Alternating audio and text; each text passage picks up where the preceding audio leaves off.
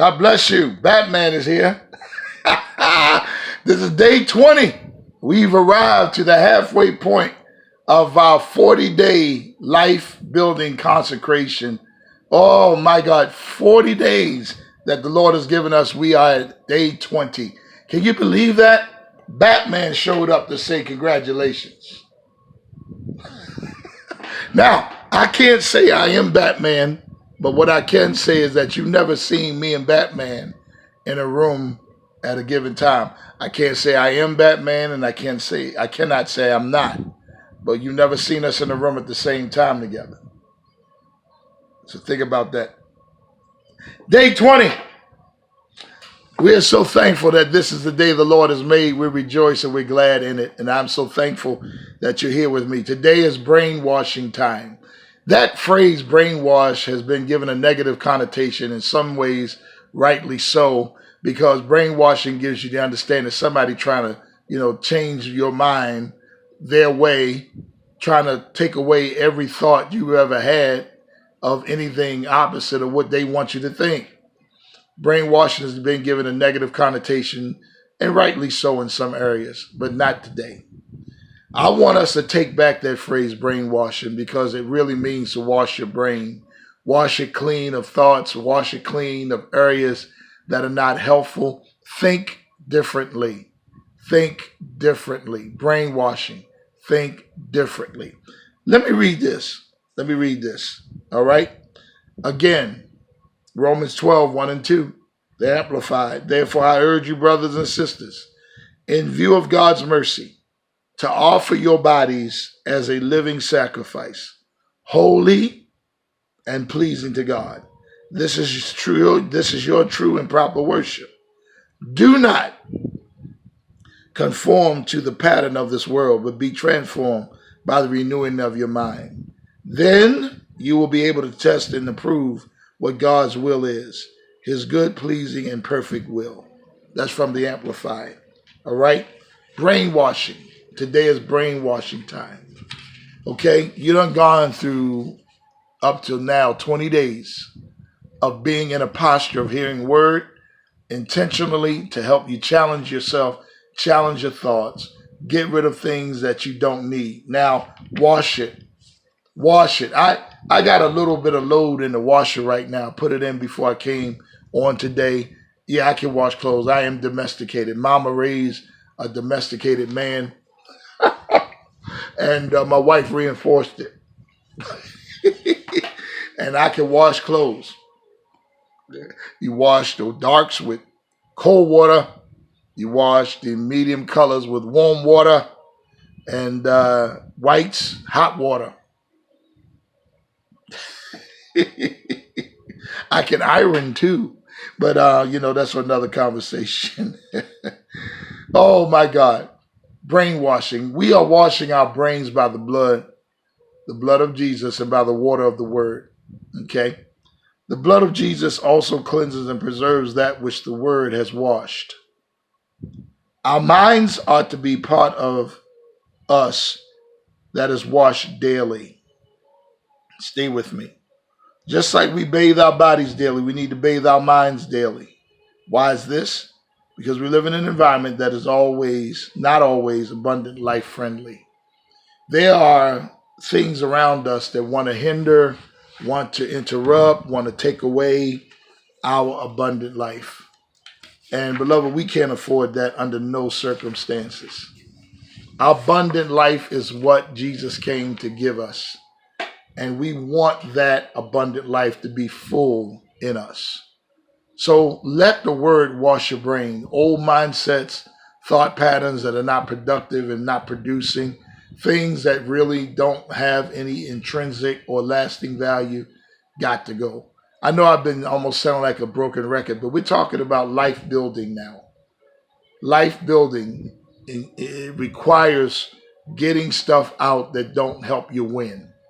So join me today in allowing your brain to be washed by the power of God, by the blood of Jesus, by the word of the Lord.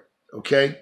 Because without the word, without the power of God, we're going to think like we used to think, And if we think like we used to think, we're going to have what we used to have. Somebody once said insanity is defined as doing the same thing the same way, yet expecting different results. So if we keep on not having the word preeminent in our lives and going around like the word doesn't really matter, we're going to have the same results. We're going to have wordless results. Wash your brain with the word. Wash your brain with the power of the Lord.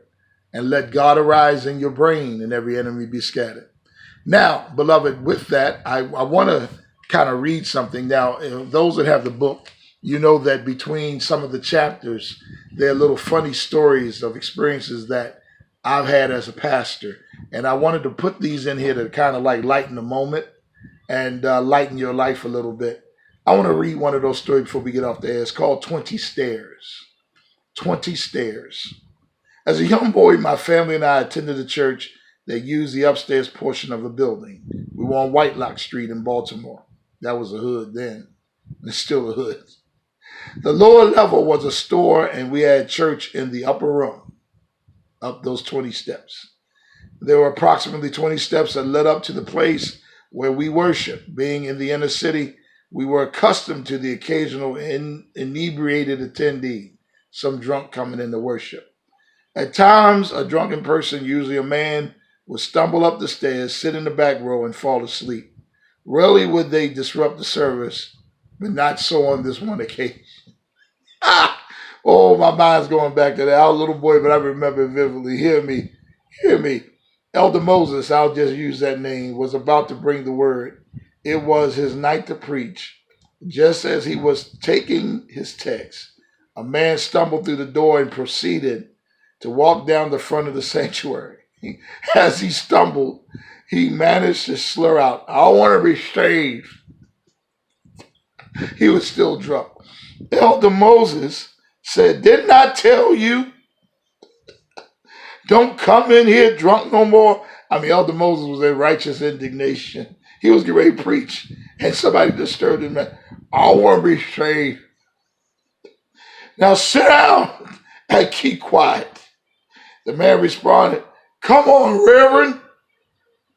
I want to be saved." In a flash, I saw Elder Moses leap from behind the pulpit, grab the man by the back of his collar and the back of his pants, and proceeded to usher him back to the back of the church. All the way, I heard Elder Moses telling the man, "Didn't I tell you don't come in here drunk like that again? Didn't I tell you? Didn't I tell you?" The man was slurring out, "Come on, Reverend, I'm serious this time." Elder Moses, ignoring the man, pushed him through the doors. And the next sound you heard was, "Oh!" Boom, boom, boom, boom. "God, you can't throw me down like that." Oh! I heard a few thuds in the loud grove. Yes, he did. He threw that man down the steps. Oh, God. It was a Sunday night service. Only the faithful few were in attendance, and the majority of them were older women, a couple of brothers. Before the deacons could act, Elder Moses took care of business. In those days, there was no security detail, nor was there an often need for them. There was a reverence for God's house that captivated the sinner. Well, whether the drunken man was sincere or not, we heard him moan a few more times. Then we heard him say, "I ain't coming back here no more. Y'all crazy." Elder Moses proceeded to preach, and we had a good time in the Lord. Whether the man got saved or not eventually, I don't know. But I'm sure that he thought twice about coming up them 20 steps again.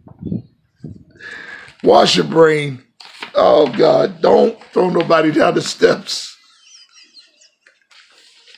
Oh, we're at day 20 now, and tomorrow's day 21. And let's get ready for this. If you haven't bought the book yet, get it. If you're just following along, you know it's good. But get the Consecrated Life Building 40-Day Devotional. It'll do you good. It's on Amazon. It'll bless you. We love you. All right. Day 21 tomorrow. Let's go together. God bless.